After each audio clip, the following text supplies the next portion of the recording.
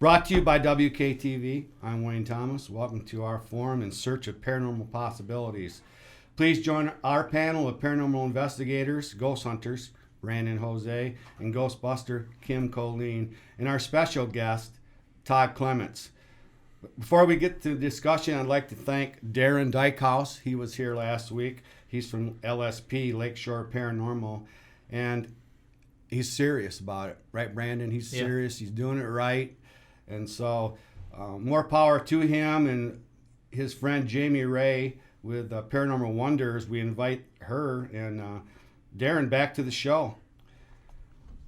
Thanks to Gene Gregory, as always, producer extraordinaire. So these poems and songs would have us believe that no man is an island, but I think we may have found the exception to that rule here tonight. Either that, Gilligan and you, Todd, are probably... We're on an island. So, and then your author and expert, particularly on Mackinac Island. Here's two of the books that you've written. I've dissected both of them. I actually have a couple pages. Whether we get to that doesn't really matter. And at the end, we'll do a thing where we go into our final thought. And so if you're promoting anything, which we must be, this has to be your That's what I do. Peak year, right? It is what I do. So. Isn't this when it happens this time of the year up there at Mackinac? Yep, we're busy. It's cooler up there too, but this is our busy time. Yeah, bring some of that coolness back. Yeah, I wish we could. Right, so... Yeah, well, so I know you talked about in your first book, what is a ghost, why ghosts haunt, and types of ghosts. We can get into that, or we can go any place you want to go. It's your show, Todd. It's up to you. There's so much to cover. Do you have any questions? In these I know, books. that's why. You kind of like, if you weren't a ghost hunter, which we have ghost hunters with us, they probably knew most of this stuff already because it's kind of the stuff that we were teaching along the same line. Right. Because we talk about intelligent ghosts and residual energy. You have some different names of course, for some of that stuff. Different names, but they're all basically the same thing. Well, it all got started when I was a kid. I did start the whole idea of what is a ghost when I was about 12. Saw one when I was 12 years old, and I was one of those kids who like to know the answers to everything. I always tell people on Christmas morning, I'd open up my presents, I'd pull out all the toys, turn them on, do what they did, and then I'd get a screwdriver, take them apart, figure out how everything worked, and put it back together and hope it worked again. Right. It kind of was who I was. I was a tinkerer. I wanted to know how things worked, and when I saw something I couldn't explain, I wanted to find an explanation for it. I've got some, but I can't answer it all. No one can, I don't think. Where did you grow up? I grew up just north of Detroit. Okay. So still live just Rochester Hills area. So we were on Mackinac Island when I saw that ghost at 12 years old. Summer vacation, and we're sitting by the pool. I had just gotten out of the water, put a towel, was drying off, sat down in a chair next to my mom.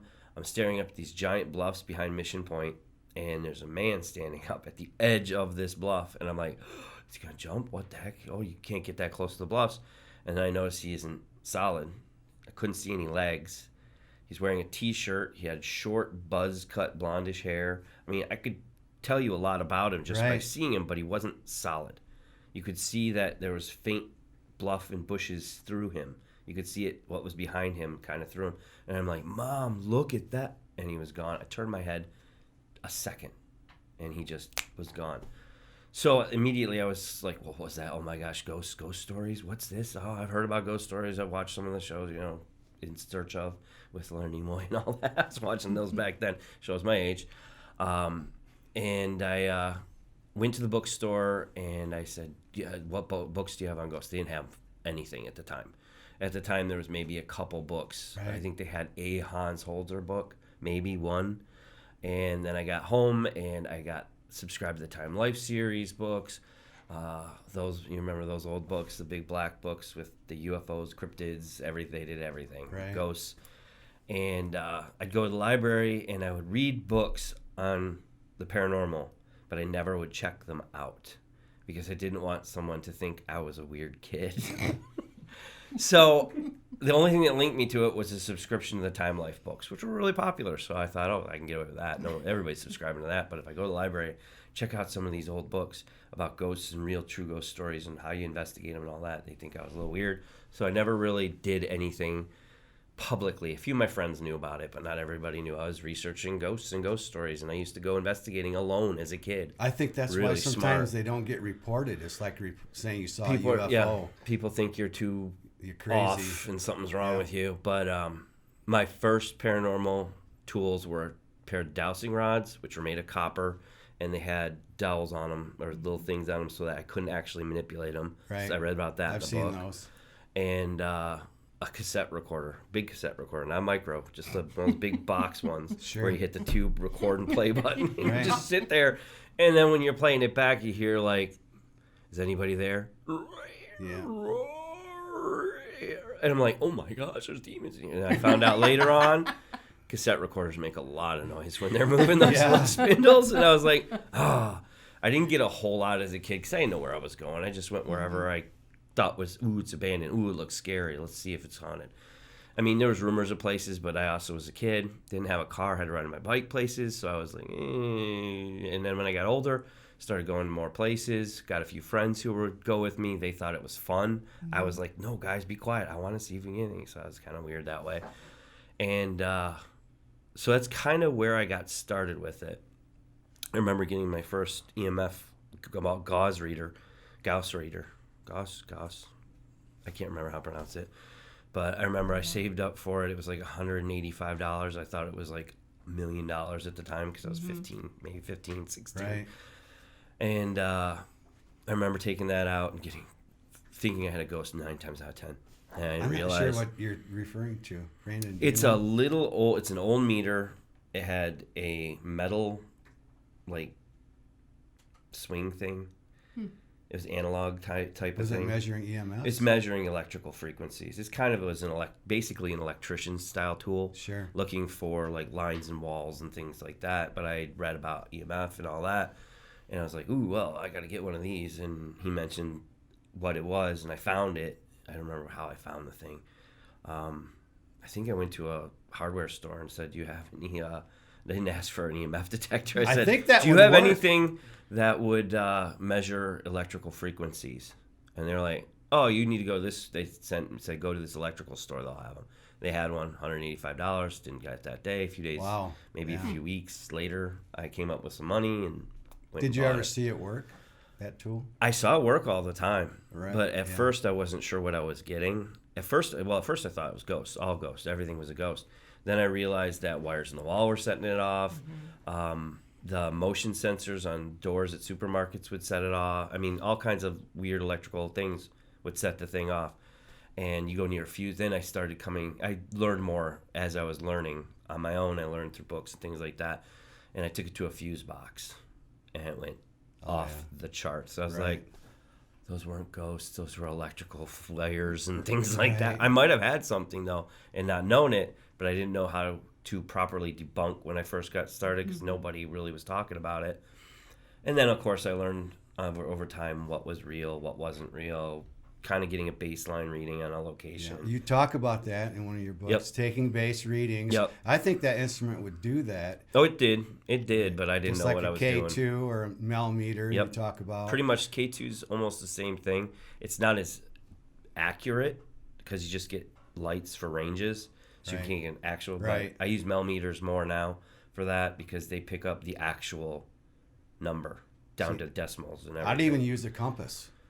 Compass could Because do it if your too. compass Yeah, goes crazy throws for it off. no reason. There's a electrical frequency Right. messing The with it. theory is, for the people that aren't ghost hunters or ghostbusters, is that spirits carry a charge. They do carry a charge. And you talk about in the book how if there is a charge present, they can use that to manifest. Yep. Whether it's moving water, which Mackinac Mackinac Island has currents that rip through it. Right. And the island's made of quartz limestone, brecciated limestone. So if you are familiar with a lot of famous haunted locations, Stanley Hotel, some of those places, where are they?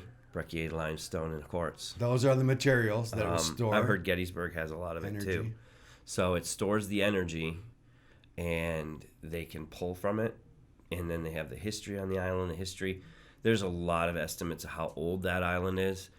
Some people say Native Americans started showing up 8,000 years ago. Some say 2,000, 3,000 years ago. Depends who you're talking to. But there's just, the history goes back to, the Ice Age. They found a walrus skull on the island from the Ice Age. And the legends of the island, how it rose from the waters after the ice melted from the last ice age. They thought it was a giant turtle rising out of the water. Hence, they call it Mackinac Island. They say Mackinac is basically short for the Great Turtle. However, in my research, we may have found another answer to why it's called Mackinac. Mackinac Island, the story goes, this is from a chief, I cannot remember his name. He was near Traverse City, but he died probably early 1900s, but he was supposedly one of the last people to know the story of a tribe that lived on Mackinac Island. Didn't visit, they lived there. They were very quiet, they kept to themselves, they didn't deal with anyone, they didn't war, they didn't trade, they just kept to themselves. They were called the Mishlamacanago. Right. Mackinac, Mishlamacanago. And so the name is right there in the tribe's name. Right. And he said that they got wiped out. They were protected by some of the tribes in the region because they were peaceful and they kept to themselves, and they kept some of the other tribes from trying to steal everything they had and attack them. But there was a war, supposedly a war party forming. I don't remember exactly which tribes it was that were in the war party, but it was somewhere in Wisconsin. There was something going on.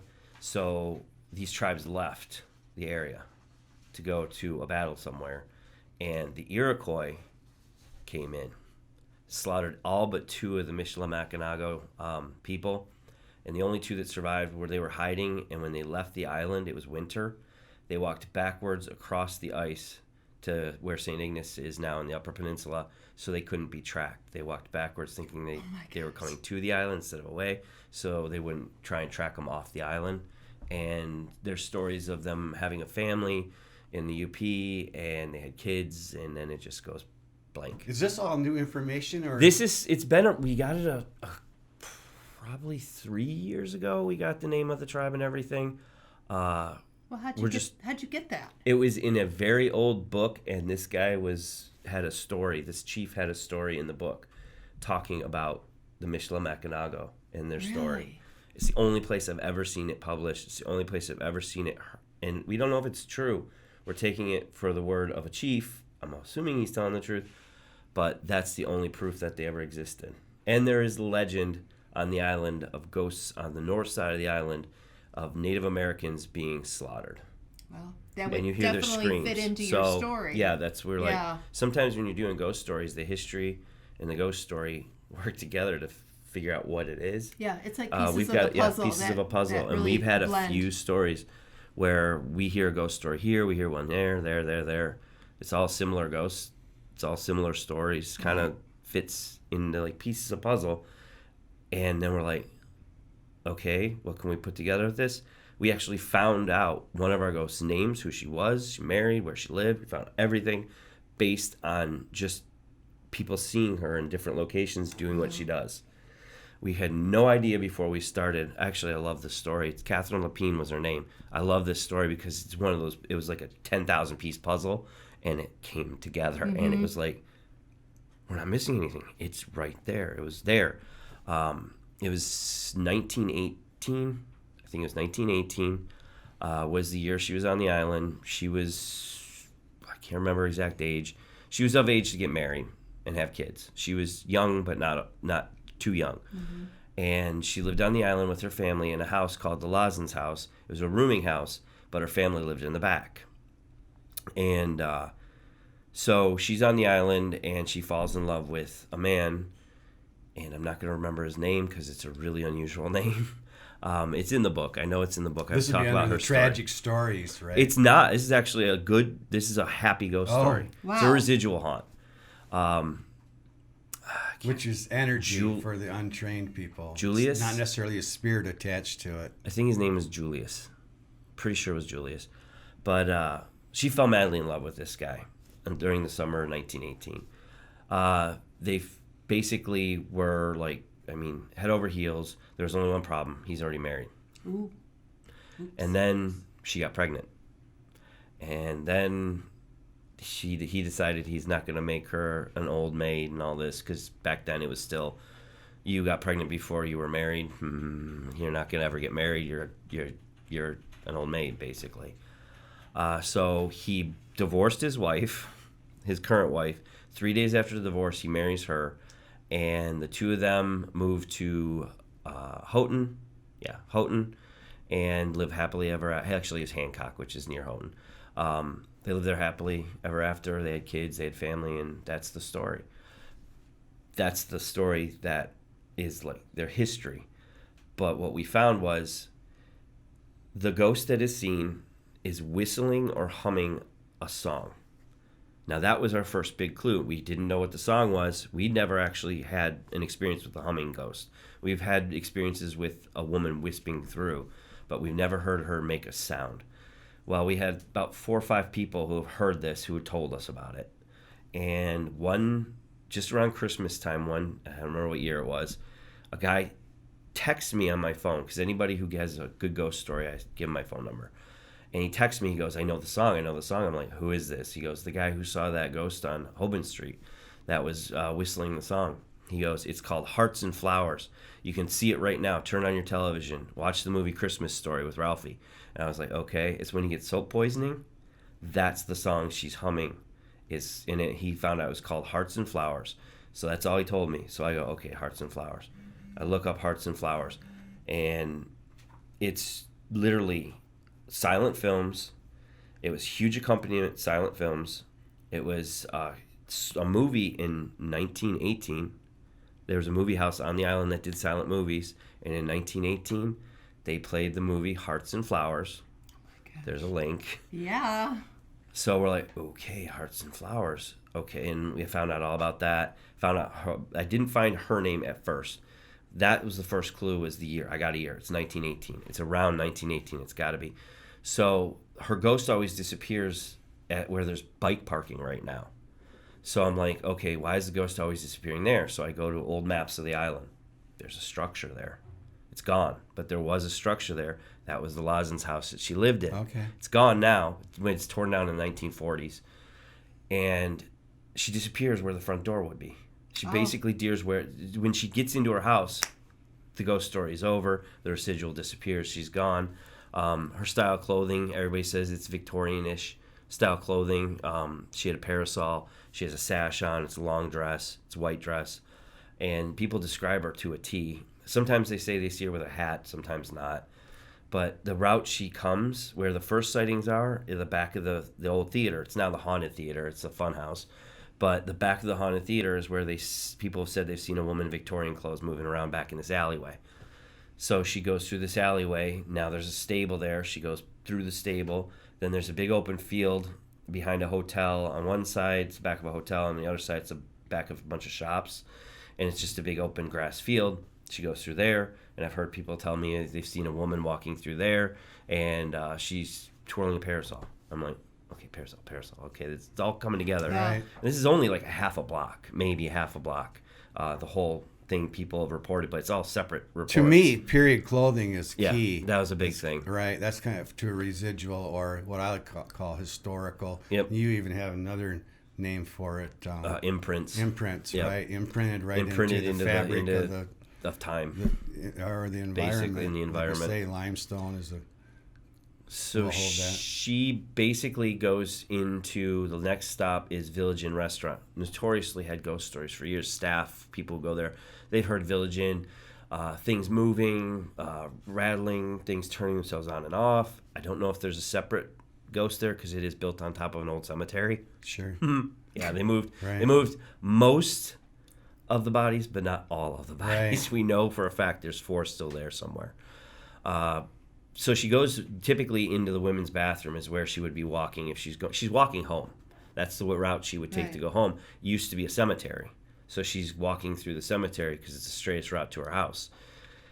She goes where she would be walking, we're assuming based on the sightings and everything like that, it would be the women's bathroom. Now there's a report of a woman that came to us that was going into the women's bathroom. As she was going in, a woman in Victorian clothes was coming out of the bathroom, made no sound, didn't seem like she was walking. It seemed almost like she was gliding. And when she passed her, she turned around to see the dress because she thought it was somebody reenacting or something like that. She wasn't in the restaurant. And you can, if you've ever been to the Village Inn restaurant, you can see the whole restaurant from the bathroom doors. She wasn't there. She vanished. There's also stories of the stalls and their doors swinging up and closed on their own. There's those infrared sink. They activate the sink by moving near it. Oh, yeah. Those turn on and off on their own. So there's a lot of strange things that are happening. And when she disappears, we found out the name of the house. We found out the year. Sort of like 1918 Lazen's house. Who's related in Lazen's house? It's a woman. We know it's a woman. She looks like she's in her early 20s, possibly. So we started doing research. I redid all the genealogy on the family. It was the Lepine family that was basically running the Lazen's house. And they had a daughter named Catherine who was right about that right age. And I read her story and about her falling in love and tragedy of him being married and her getting pregnant and this and that. And I'm like, okay, why is she so happy? They got engaged that day. We think they got engaged the day that they went to that movie to see Hearts and Flowers. And she's going home, leaving happiness all around. Humming that tune. Humming the tune, happy walking, going home. I'm getting married. My life is going to be great. Yeah. You know, and it left something behind. They always say high tragedy or happiness, high emotion leaves residual haunts. Battlefields, it's horrible. It's war. It's terrible. Murder scenes, horror, war. Yeah. But there are good ones too. And this is one of those ones where she was so happy, she left something behind. So it's not really a ghost, but it's a ghostly thing. Right. Or even routine. Yep. You know, Brandon, he's seen a full form apparition. It wasn't necessarily period clothing, but it would have been the clothing that the apparition was wearing. When Did you say it was like a 70s tracksuit or something? No, it wasn't. It was more like a basketball warm-up suit. Oh, that's he had right. passed away like a couple of years before because like I'd seen somebody come walking in the hallway. It was at a radio station, and like I asked him like, would there be anybody up here? And they're like, no, there should be nobody else up here. And like I described what he looked like. Oh, like yeah, he used to be the manager here. Like he passed away a couple of years ago. Like you described him. Like that's what he would have worn. And I mean, I remember the first one I saw. I was in disbelief. When you're a child? When I was a kid, I was just like, no way. You got hooked early. Did you ever investigate who that possibly was? On the bluff? Yes. Yeah, I know everything about him now. You do? Yeah. We found out, it took a long time because it wasn't something, I mean, I found out he goes by the name Harvey. It's not his real name, and I said out of respect for the family, I won't use his real name because he died in the 60s. We found out a lot of weird things about what happened. It's kind of one of those, it could be a good murder mysteries type story. What we found about Harvey, well, eventually I asked somebody about him at the resort years later. I said, yeah, as a kid I saw a ghost here. And they're like, was he a guy? I was like, yeah. Oh, Harvey. Like they already knew about him. Everybody already knew about him. He's pretty well known there. And he's like, oh, yeah, he's a practical joker. And I said, yeah, I saw him on the bluffs above the pool. I don't know what he was looking at. She goes, girls in bikinis. He's a 21-year-old, 22-year-old guy. He was a college student. Mackinac Island used to have a college, Mackinac College, which was Mission Point Resort, was where the college was, dorms, everything. It was a school. Right. And he was a student at the school. And she told me, yeah, he died up on the bluff. And in the first book you read, he went off the bluff. Well, that was the legend that everyone had been telling. And then we decided to dig a little deeper. We got the police report.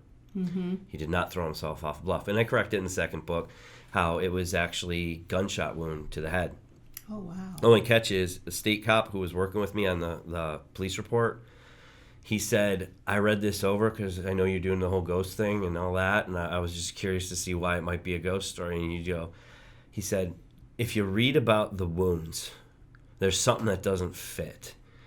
Now, they ruled it a self-inflicted gunshot wound to the head with a long-barreled rifle. It was a Marlin, I think is the name of the rifle. Hard to do. Which you can do. He said you can get one off. It's not easy, but you can get one off. But he said if you look at the police report, look at the skull fragments. 16 feet that direction, 22 feet in another direction. He said that's 2 gunshots. That was most likely 2 gunshots. And when he disappeared in February when they found him in July. They found his body in July. it was pretty hard to do any type of autopsy or anything. Sure. There wasn't a whole lot left. It was a hot summer. But the cop said the bone fragments didn't add up to a self-inflicted gunshot wound based on where he was laying and where the fragments were. He thinks he got hit twice. Yeah. He said, you could shoot yourself twice in the head with a long barrel rifle, but he said you probably will win the Powerball first. Yeah. He said it's almost impossible to do. So that's an unsolved So mystery. they ruled it a suicide. Okay. It's still ruled. It'll always probably be ruled Yeah. a suicide. No one's going to open up the case. But he said, I think this guy got shot it was staged to look like a suicide. This is from a state cop, so I'm taking his word for. Yeah. He thinks it was a staged suicide. And some of the people at the college have talked to us, and they said he kept to himself. He had a few close friends. And we talked to one of his roommates, and his roommate said he would have never killed himself. He was strange, but he wasn't suicidal.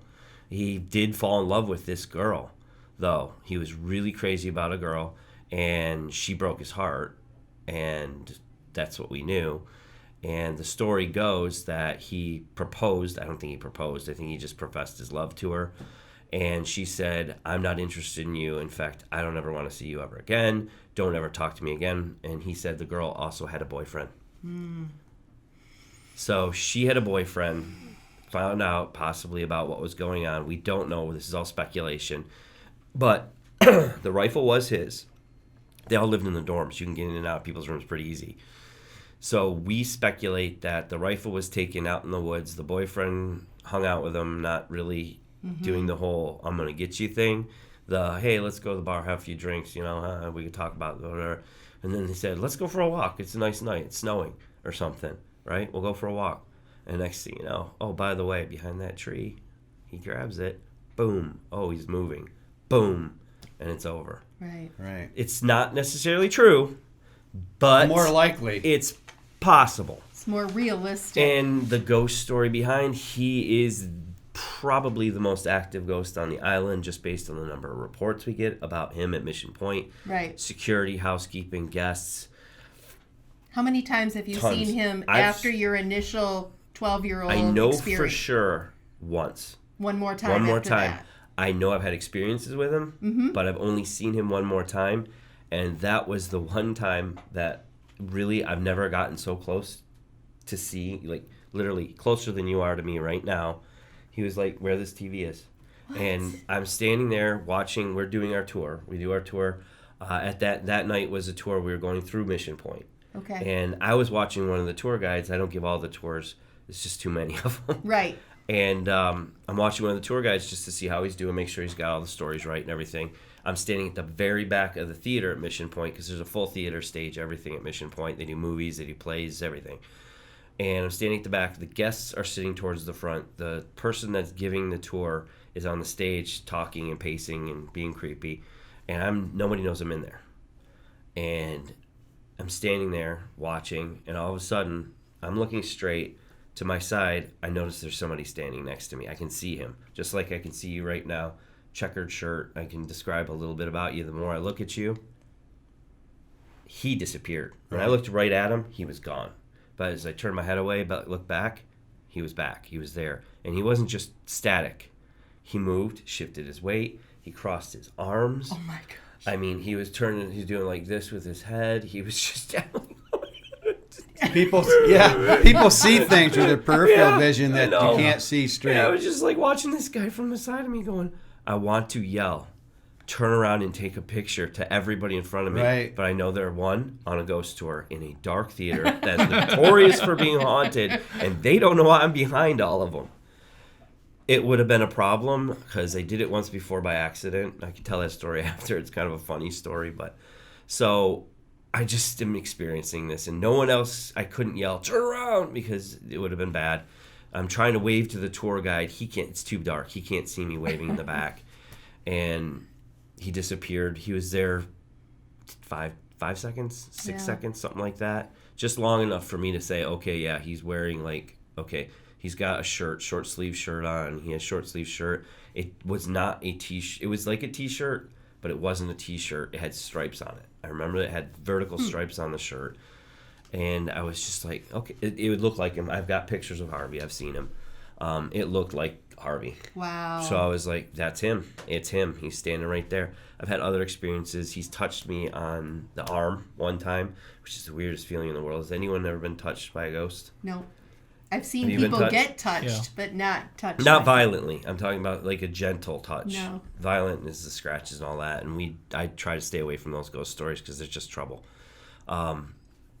He touched my arm, and it feels almost like if you get a balloon with a lot of static electricity, that times probably 5 is what it felt like. And my hairs were actually standing up where I could feel like somebody was touching me. Right. And there were a few people around me. Someone actually called me to where they thought something was going on because they didn't know. Because we do, like, sometimes we'll do a public ghost hunt, and there's people who've never done it before, and they're like, we need some help. We don't know what's going on, but something's doing something over here. So I go over there in my arm. I feel it on my arm. Another guy said he felt like somebody was tapping him on the shoulder. That's why I came over there. That's part of the reason. And took a K2 meter, just a K2 meter, and put it on my arm. No watch, nothing. Cell phone, I turn it off when I'm investigating. I had no electronics on me except a digital recorder that was in my back pocket. That thing has never set anything off. Put the K2 meter to my arm. It went up. It had a reading. Now, I know people sometimes can generate readings, but not I've as seen high that. as this was going. Right. It was too high for me to be generating an actual electrical field like that. And then all of a sudden, I didn't feel it anymore, and it went down. It was gone. So for listeners and viewers, this is the number 1 most haunted place that you think on the island. And tell them where they have to go again to experience this. Mission Point Theater. It is open during the day. If they ask you to leave, be courteous. I mean, you don't want to trespass or anything like that. But they do leave it open just to explore, and people explore it all the time. Yeah. Right. All Let's the talk time. about your rating system because that one would be a 3-3-3, right? That'd be all the way to the top. Yeah, right. But because I mean, we've had experience with other ghosts there, but Harvey's the one that's the most common. We've heard him talk. He knows my name. I have EVPs of him saying Todd. All right. It's a guy's voice, and he's there, right there with you when he says it. Yeah. Now Now we've gotten whispers, we've gotten whistles, we've gotten our name on tapes before, but it sounds like he might have a relationship with you. He knows me. Right. I know. Right. And I'll tell you, you know when activity's the best? After the winter's over and the island's coming back up, because he missed us. He misses people. Harvey. He does miss people, and he just is really active when we first start. Towards the middle, like this time of year, he's not nearly as active as he is in the spring. And right before we leave for the fall, he gets a little more active then too. But we also have another ghost. We have a little girl named Lucy. Some people call her Abigail. We have Mary, who sings. We have a professor, or it looks like they call him the judge because he wears a gown. We think he was a college professor, though. He's been seen around the resort. Lucy has been seen as an apparition a few times. I've never seen her, but I've talked to a lot of people who have seen her. It's a little girl. She's got like dirty blonde hair, almost brown, light brown hair. She has curls. She's usually wearing a little white dress, and she doesn't like men. She stays away from men. She'll peek in, but she won't get close to a man. She'll get closer to a woman, but she usually vanishes. Peeks around doors. She has a seat up in the balcony of the theater that tends to be her hot spot. This is another creepy story, but we don't know if it's a practical joke because it's just too crazy to be real, but yet we're dealing with the paranormal, so you never know. Right. We brought her toys. We put them in the seat that she goes to. We were doing an investigation. It was a lockdown investigation, just haunts of Mackinac people. It was no public, no friends, no nothing, just us, because a lot of people want to do it, and usually we have public with us, and it's not the same. Sure. And A lot of contamination. coughs, noises, people walking around, people using the bathroom, and nobody's saying, Whispering. nobody's tagging what they're doing. Oh, tagging. Yeah. See, that's a term you use. Yeah, it's We don't- impossible when you have a big public You one. can't because do it. it's We use impossible. qualifying. We use Qualifying, the all right. term tagging, like stomach growls. Yep, or stomach people growl, whispering in the pass background. gas, burped, shift, zipper. I think we have all that opening stuff. a bag, Yeah. walking around. Yeah. So when we do it, we tag everything. We are in a lockdown, so no one can get in the theater unless we let them in or their security.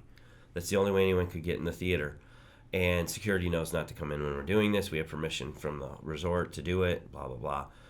So we take a toy up to her seat on the balcony. It was a little stuffed penguin. It's cute. I still have it. I still have the penguin. We put it on her seat. and we are setting everything up. We're getting the cameras going, and it was a really quiet night. We thought we heard no Harvey at all, no Mary, no nothing. We thought we heard a little girl chattering at one point, but we didn't pick it up on any of our audio. We all thought we heard a little girl chattering, but it could have been from outside, so we were like, it might be nothing. So we go to tear down everything.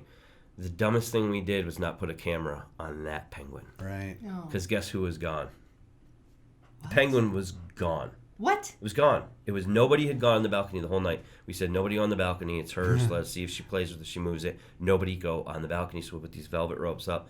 And everybody knows where everybody is. And it's really hard to hide in the theater. You can't do it if there's only like 4 people. So we get up there to grab the penguin, and there's no penguin, and the seat's sitting there empty, and I'm looking all over the place trying to find the penguin. There's no penguin. I was the one who put it there. I was the one who was getting it down. No one else was up there. Everybody knew it was up there. So penguin's gone. Oh my gosh. Well, who did it? Who did it? Who did it? And of course, that came out. Everybody looked in everybody's bags. Everybody was saying, this is a joke. Who's doing this? No, we had no penguin. So we thought, well, someone did it. It's a joke, whatever. And or it's paranormal. We didn't know. We just were like, we'll just chalk it up to a strange experience. But So it turned up sometime. Well, you said you had the penguin. Right. So there's more to 2 this story. years Oh, no. later, What? 2 years later, we're on a public hunt, and we checked up there all the time. We leave our other toys and things like that. Nothing ever disappeared after that penguin. Nothing. What do I go?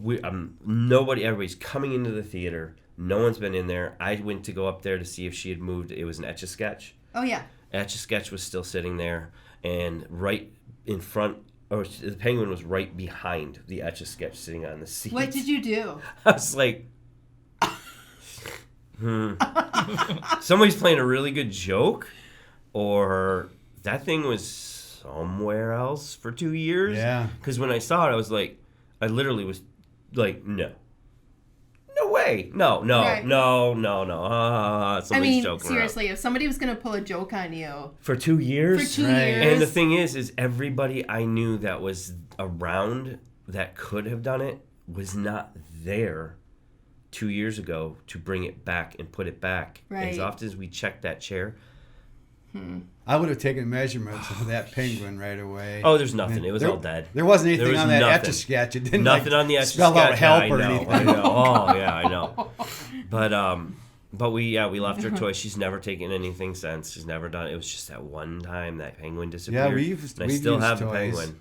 It's just about this tall, little penguin. It's keep cute. that Got a bow tie on yeah. it. Keep that Etch-a-Sketch there. Oh yeah, And then next time, and see 2 if she years from takes now, that. it'll say, "Hi, Todd." Yeah. Mm. Or I'm Then I'll be wondering, like, it is a joke. It's got to be a joke. It can't be a ghost. They can't do that. That's a lot to do. I mean, you don't hear about ghosts making objects disappear very No. often. That's pretty rare. No, And that's why I move, was but like, not- that's why I was very skeptical of it. I Right. still am skeptical of Yeah. it. I'm saying it's the best practical joke I've ever seen. Yeah. to Played carry it on on me. for 2 years. Go on for 2 right. years, and it isn't that big of a joke, but it is a joke. It I've is. seen things move, and then when the same Oh, yeah, time I've the seen meter things was move. lighting up, Brandon would have had a picture of his ghost that he saw, except we had the camera pointing in a different direction. Yep. So, But yeah, so that was Lucy, and she's typically running around. She's not very, like I said, she's not very social, Yeah. but she'll check on you. So, and Mary was another one where we put pieces of a puzzle together. We had an investigation years and years ago. We were in the lobby of the Same Place Theater. Theater's pretty active. It's probably the most active spot on the island. There's a lot of active spots, but that's one where we could go in and tell people you got a 60 to 70% chance of getting something we can't explain. Wow. I have a few on my list that they're all 3x3 Yep. on your rating system. Rifle range, Oh, Fort rifle Mackinac, range. Yep, the Fort. St. Cloud. You talk about the Pine Cottage and the Chateau Lorraine Yep. in both books. Yep. And Bailey Cottage, Mission Point, and Mission Point Resort. Are those two different things? Mission Point Resort are the same thing. Well, Oh. Mission Point is a region of the island. It's a point. Is a missionary that came there. Reverend Fairy came there and established a mission, and he built Mission House. That's the oldest structure on Mission Point. And then there's the Mission District, which is Mission Point Resort is in the Mission District. And that was built in like the 50s, 1950s by the More Armament movement. But Mission Point Resort is pretty much the same thing in both books. It's just the new stories, new information, new history. When we found more information about Harvey and his background, we put more in there about that. Things that have happened. Just so many different things along You those rate lines. 3 categories: your time scale, intensity, and regularity. And then it's kind of like strength of activity, Yep. frequency of activity, and most recent reporting, sightings. Mm-hmm. So somebody can get your book. You have And I should update it because some of them have gone down and some of them have Oh, gone have up. they? Oh, wow. and It's you can go. changed. You tell them exactly what road to go to. Oh, yeah, exactly where to go. Interesting thing about this book is this is the first book ever published that has addresses. Yes, On you Mackinac can go Island. right to it. They didn't have addresses before. This book, I was on the phone with one of the city clerks for probably 3 hours trying to find out. I was like, okay, I need this place's address. Hold on, let me look. Because they literally got addresses a week before I was putting them in the book. They started getting addresses. Okay. I beat the phone book. Yellow Pages didn't even have it at the time. So it was the first book that had addresses. So I was like, oh, I'm going to make this. This is going to be Oh, yeah. something new. It's take advantage of the fact that I know the address of it. And people can now find it easy. You talked about how you couldn't find stuff when Oh, you yeah. were younger. I mean, now there is stuff out there. That was a topic that we had for our final thought, and how these pieces are all starting to intersect. Yep. Because you don't just talk about haunted places. You talk about monsters, tragic tales, shipwrecks, and lighthouses. Fairies. Fairies. I wanted to get into Yes, fairies. I'm glad you fairies. brought that Yep. up because that's one of Brandon's. He knows more about that than the rest Cool. of us. Maybe. I like talking to people who know about it. And you have a picture of some fairy lights in here. Are they colored Those at are all? not real. Oh. Those are a recreation. Oh, okay. Yeah, unfortunately, we have, I think, 3 photos. I think we have 3 photos we're pretty sure we have them caught. We've got something. I was there for one of the photos. The other 2 were given to me, and I can't explain it. There's the whole orb thing. Not even close. Right. The orb thing is the dust, bugs, water Right. vapor type Yeah. thing. You talk about orbs in both Yep. books. You kind of on the second book say, "Oh, we're not going to use that. We're not going to use forever." that anymore. Right. But in the first book, my definition of what an orb was basically turned out to be what these fairy lights tend to be, and they were nothing you were going to catch easily on camera, and you can see it with your eye. You don't. But is there need a color camera. to them? That was my question. There's a color. They're yellowish white. Most of the time, I've read stories and heard people tell stories of blue. They various colors, but mostly whitish yellow. It's a hard color. Yeah. It's like a pale yellow, really Okay. pale, milky yellow. I've seen them Kim 2 has times. some yellow on her. Maybe like A I little don't lighter know. than that, but a little bit lighter than that. Yeah. Yeah. I was 10 feet away from someone who got a picture of one.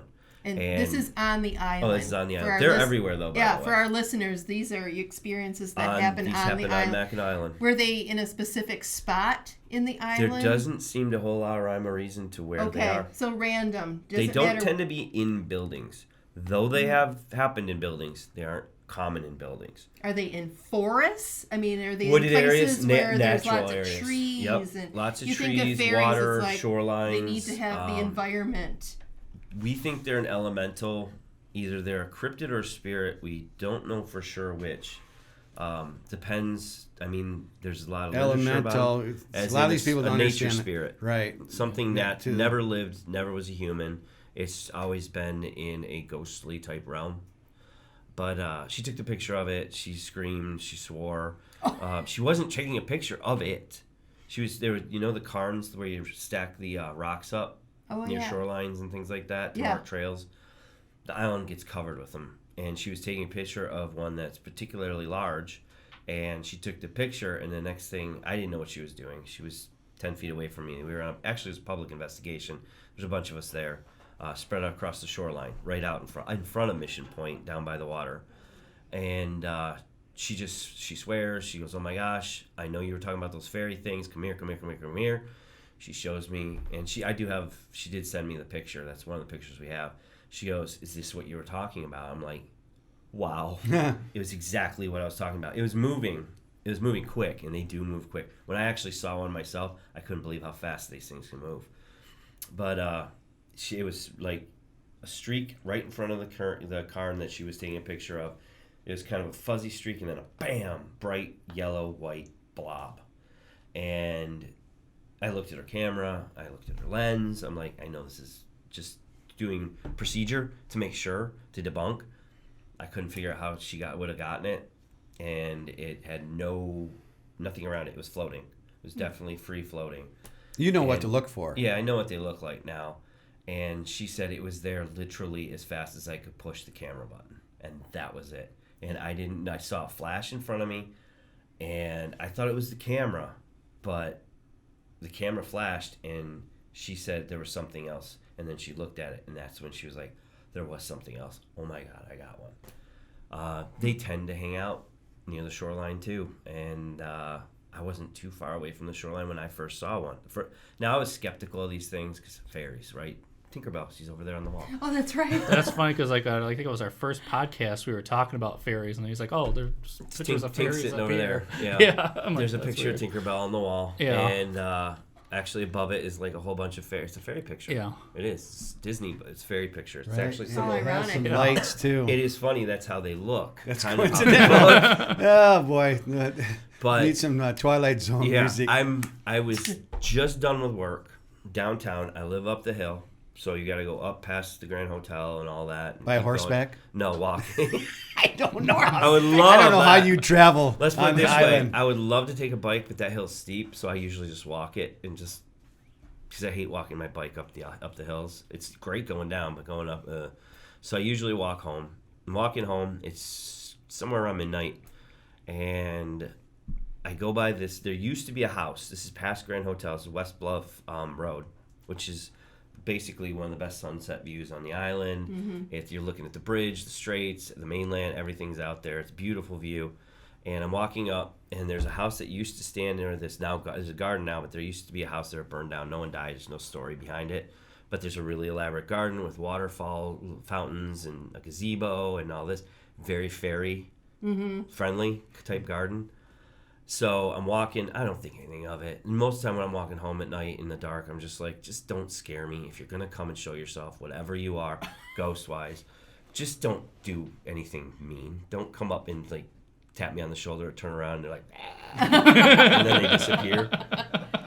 But so I'm just like, I'm thinking this in my head, which might have something to do with it, because all of a sudden I see a light, maybe 10 to 15, 20 feet. I couldn't be sure how far it was, but it's in the garden, and it just goes pop on. It looked like a yellow-white lantern, like almost like a candle, but not as yellow. And it's fuzzy. It was really fuzzy. I caught it on my peripheral vision, and I was like, there's somebody in the garden. Then it moved in front of me. It couldn't have been between that box right there and me, right there, right here, this thing. Right. That's about how far in front of me it flew. And I've never seen any living thing, maybe a bird diving at high speeds, move like that. I mean, it was just, and it was lit up the whole time. And of course, now I'm watching the thing going out off the bluff. I'm up about 110 feet up, maybe more, above the water over a bluff, watching this thing just going straight out over the water until it finally just was so far away I couldn't see it anymore. It's probably about that big. A little bit bigger than a softball. That could have been extraterrestrial. That's I true don't too. know. Some people say fairies are extraterrestrial. Oh too. yeah, maybe. I heard or those stories. Or a time dimension. But it's hard to say. I don't know what it was. I remember getting back up to where I live up there, and one of my roommates was up there, and he's like, "You see a ghost?" Yeah. He was being funny because Right. he saw there was something. I was like, I can't believe what I just saw, and they know he knows what I do. So, and he's just like, I was like, no, it wasn't a ghost. It was something a lot different from a ghost. I've seen a ghost. Yeah. I never saw anything like this, and I described it to him. He goes, "Oh, you need to talk to Jill. Jill sees these things in the woods all the time. You need to talk to so-and-so, so-and-so." And I got a laundry list of people who have seen the same things. Oh, wow. And I was like, okay, fine. I didn't believe it. I was skeptical. I thought, fairy Tinkerbell, no, maybe. Right. I've heard the stories. Mackinac Island used to have like a side name of the Fairy Isle. like back in the 1800s. It was But called then the Fairy that Isle. might have been the giant fairies. Yeah, that's the giant fairies too, possibly. I don't know, but Right. so I saw this thing, and what did I do when I was 12? When I saw a ghost, I started looking into it more and more and more. Sure. So I've been looking into these more and more and more. I'm reading books. I got a book that's from the 1600s that I'm reading right now about fairies, and it was a guy who was completely rational, science minded. Maybe you should hold it up if you got it handy, because yeah. we, and we're promoting authors. This is a reprint of it, but it's by Robert Kirk, The Secret Commonwealth of Elves, Fauns, and Fairies. Give Gene a chance to focus in on that, because like part of the deal that we're doing is we're promoting paranormal unity and authors, especially ones. That I have don't to think do he's with, around anymore. especially ones that have to do I with think it even our says how area, old he was. Michigan, Oh, and sure. the Grand Rapids. Now you talk about matrixing and Yep. your mind playing tricks on you. I know you put that notion in your mind before you saw that fairy, but matrixing, you see faces. You don't see. Yeah. You don't see fairies that are 90 miles an hour. No. 1692 he died. The guy who wrote it. Oh. So it's the old book. Good research. Yeah. man. And I can't imagine the amount of research you do. I just like to read. And I get through a lot of Sure. sometimes, And some especially names. in the fairies. I'm a very science-minded person, healthy skepticism of everything I hear and see. But some of the stories I can tell it's people who are a little they might not actually be seeing a fairy. Yeah. But Brandon's like that. there's He's very some- analytical. And There's some. There he's- was an Oxford professor. This is in the 60s. Long story about his family going on a picnic into like some area in the woods in England, and most of it happens to start some reason in England and Ireland. There's a lot of like focus there. Do you have some connection to England? Yeah, I'm English, half English. Were you born there? British? No.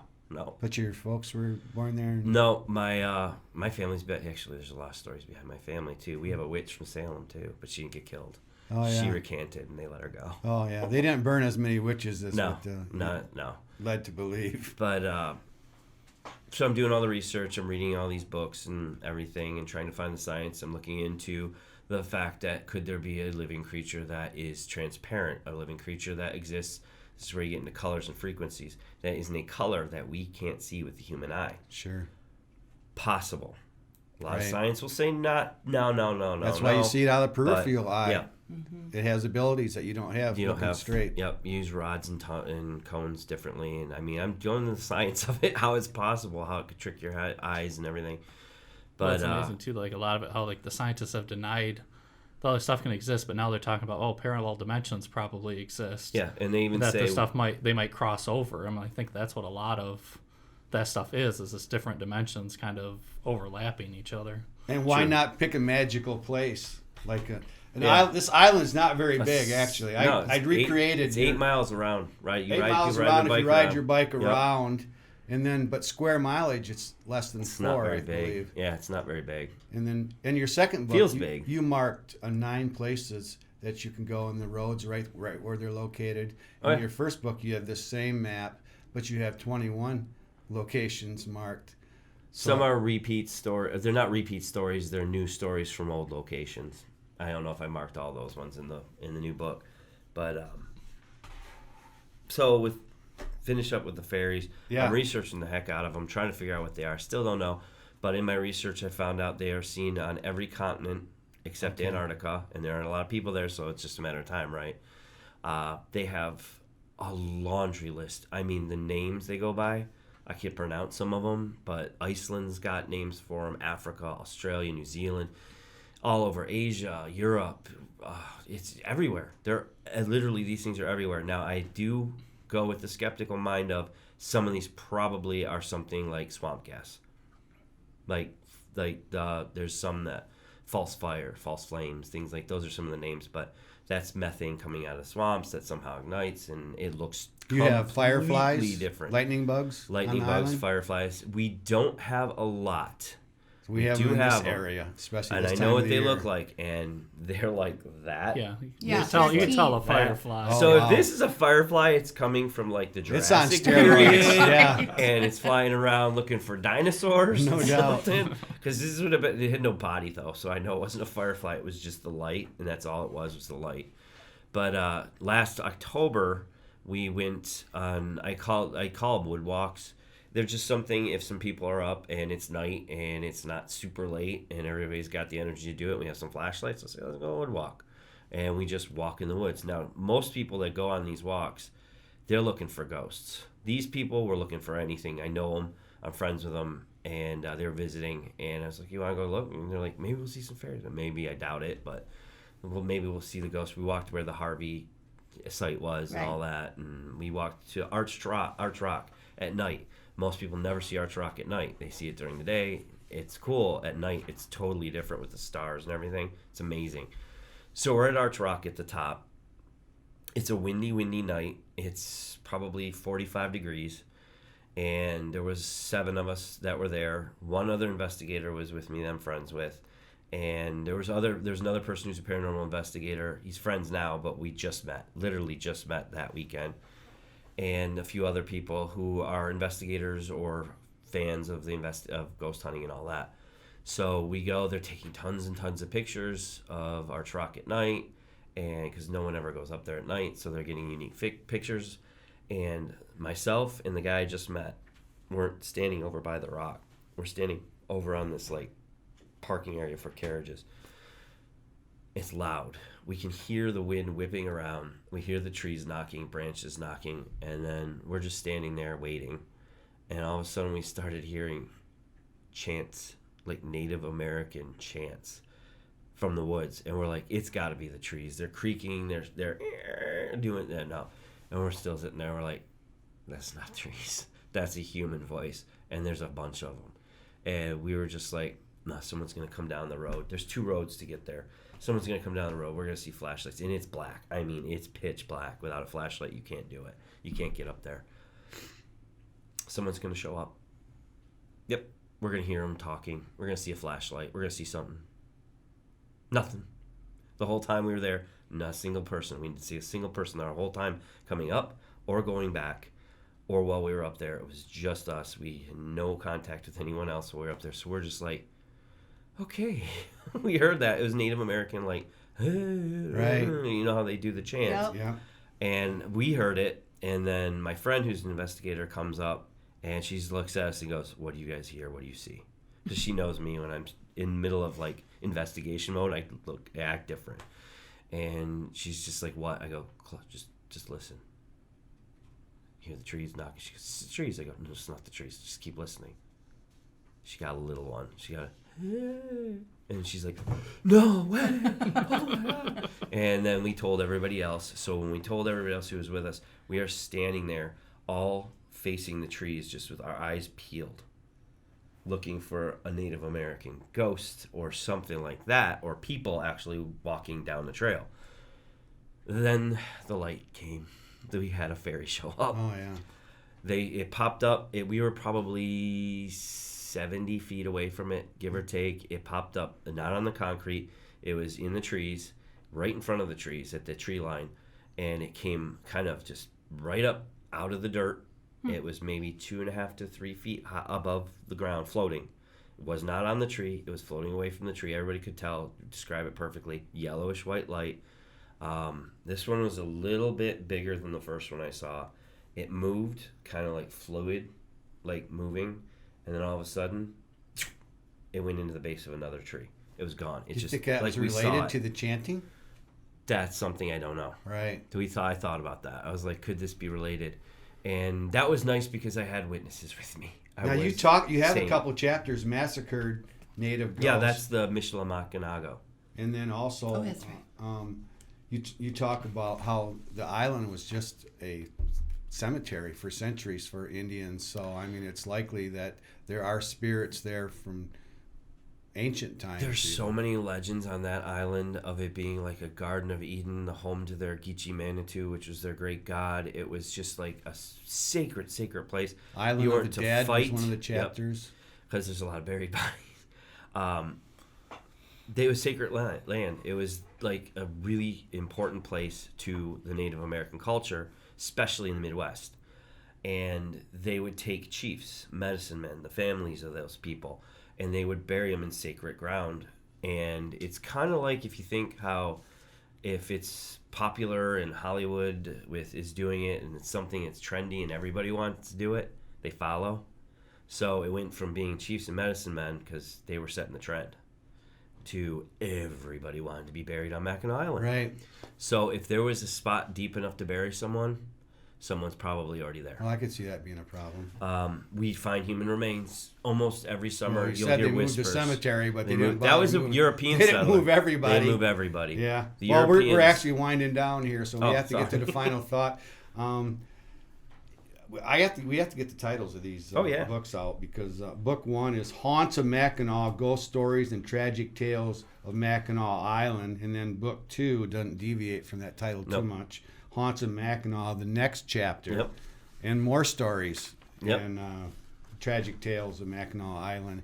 If you're going to the island, I suggest you buy both of these books, and you won't need to buy a road map.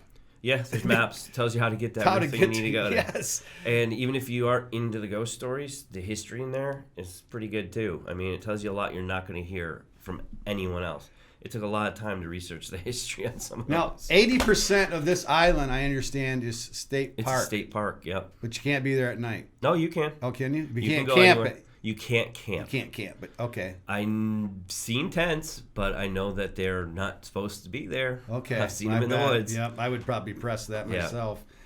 So my final thought is, these this collage of paranormal things is coming together. The puzzle's coming together, like Brandon likes to put it. You're a giant piece of that puzzle. We know exactly what it looks like. I think it looks like a horse's head myself, and we didn't get I could see like it. the I could skull see of it. a horse's head. I can we see didn't it. get to the significance of the horses on the island. That's why I asked you if you rode horseback. That's our main means of transportation. But they don't stay there in the winter. No, there's a few that do, but not many. But one key thing that you said is you're talking about the fall and the winter for seeing ghosts, and you explain it scientifically in the book of why that maybe is.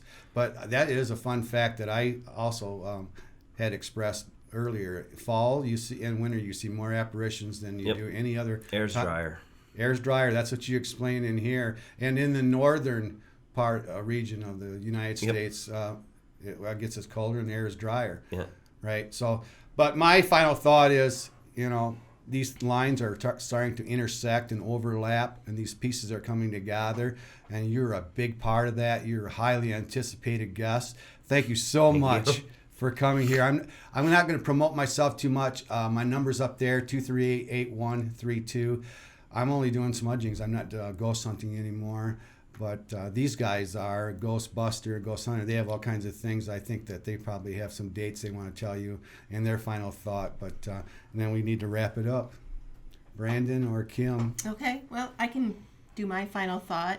I was so excited to see you today. I met Todd last year at a fundraiser that he was participating at to help me out during my cancer struggle. And I saw you talk on stage, and I was so impressed with what you had to say. I'm excited because I really want to read your books. I wanted to read them before, but because of my medical struggles and stuff like that, but I'm super excited now. So that's going to be my next stage, is to sit down with a nice, good book and read your books. And Quick read. Oh, well, that's good. That's the way I like it. That's the way I like it, because I'm not really a reader. I want to know, for our listeners and viewers, if they wanted to come and do like a tour, either with you or your group, how do they do that? Well, one, you have to get to Mackinac. Well, obviously. yeah. Well, is that something that has to be prearranged ahead of time? We do our standard public tour every night at 9 p.m. till almost the end of October. Okay. So, do you have to but sign up ahead of time, or it's first come, first serve? We always say if you can get tickets for the tour, we sell them online on our website. It's best to get them tickets. Yes, there's a fee because it's like Ticketmaster, but you don't have to worry about getting there and finding out what a lot of people tend to find out. It's sold out. Yeah. we fill them up. We Yeah. can't put. Well, how do too many people get tickets? HauntsofMackinac.com. Okay. And there's a link to the ticketing company that does all our tickets Okay, online. so you can buy your tickets ahead of time, make sure you're in, and not show up at 9 o'clock and be like, sorry, we're full. And that happens more Yep. often than I'd like, Yep. but we can only do so. We only have I so get many it. tour guides I and get it. so much room. So. Yeah, I get it. Well, But, thanks for sharing that. We do sell the tickets there too, but it's if available. Okay. So. Because I think after hearing what you had to share today, I think more people are going to be like, let's go to Mackinac Island, right? Oh, and then the books have some of the stories. The tour has some other stories Right. that aren't necessarily in the book sometimes, and I've got a heck of a lot more up here. That Right. Yeah, It's never going to everybody's be the like, so same tour twice. When's the final chapter? Right. Haunts of Mackinac on the final chapter, which I just started taking notes on. So Okay. it'll be a while. It'll be a while. So number 3 is in the works. It's very early. Okay. Very early stages, but yeah. Well, good. I'm glad to hear that. Right, me too. Ghostbusters, what we got going on there is this weekend we're doing a 4x4 roundup to raise a lot of money for 2 of my charities, which is Shields of Hope and DC Strong. So if you're in the Zeeland area, and if you're familiar with where Vitale's Pizza parking lot, Advanced Auto, from 10 a.m. to 2 p.m. this Saturday. Please come out, see some awesome 4x4 trucks, Jeeps, you name it, and do some, we got some amazing auction items, and we are really trying to raise some big bucks for these 2 charities. So that's Wow. what I've got going on in the Ghostbuster. Bravo, Kim. Yeah, thank you. Yeah. Thank you. Yeah, I just want to thank Todd for coming on, and it's Thanks going to be for on our having me. other podcast, the Kent County Paranormal one. So if you enjoyed this, we'll probably be covering some other topics, because with Mackinac Island, we can keep going because there's so many stories on that island. Yes. So Yeah, for like the 2 hours don't even hours and scratch hours. the surface. So yeah, if you like this, check out the Kent County Paranormal podcast as well. For sure. Anything you didn't get in that you want to get in? Books are available at hauntsofmackinac.com, and Amazon has them too.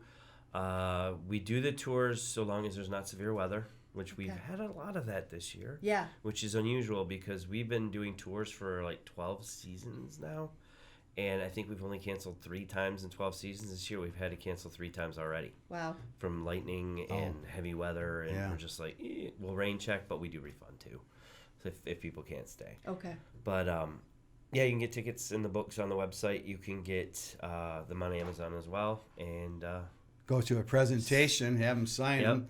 Like I will did. be at Michigan Paracon this year. There Oh, you go. good. Yeah, I'll be up I've there. been there every year since the first one, actually. If people get a chance to go to those things, go to them. That one's big. It's Yeah. like enormous. That's 1,000 people Sault Ste. plus. Marie, right? Sault Ste. Marie. Yeah. Yeah, they got like Yep. everybody. And then Like the I people will be. from the TV shows Yeah. and stuff. Yeah. Oh yeah. Josh Gates. All the big names are Oh, always there. gotta love him. And then I'm doing a presentation at the Old Mill in Dundee, Michigan in early November too. So. Okay. Excellent. We have William Konkolewski. Oh yeah. I know. I'm sure Yep. you do. These lines all are intersecting. I love it. UFO expert. He's going to be here August 1st, 2 p.m. He's doing presentations in the area libraries, Coopersville, Grand Rapids, Plainwell, and Jackson. So get out and see him. He's got a book out, Experiencer, Raised in Two Worlds. So I'm anxious to hear what I've he talked has to him about it. Yeah. Yeah. It's interesting. Yep. For And then sure. August Don't miss 7th, that. 7 p.m., Steve Wilson from Australia, Psychic Medium's I coming don't on the know show. him. Yeah, you probably Australia's didn't a meet little him. further away. Right. But that's it. Todd, thanks. Well, We thank you for appreciate having it. me. Appreciate it. Peace out. Take care.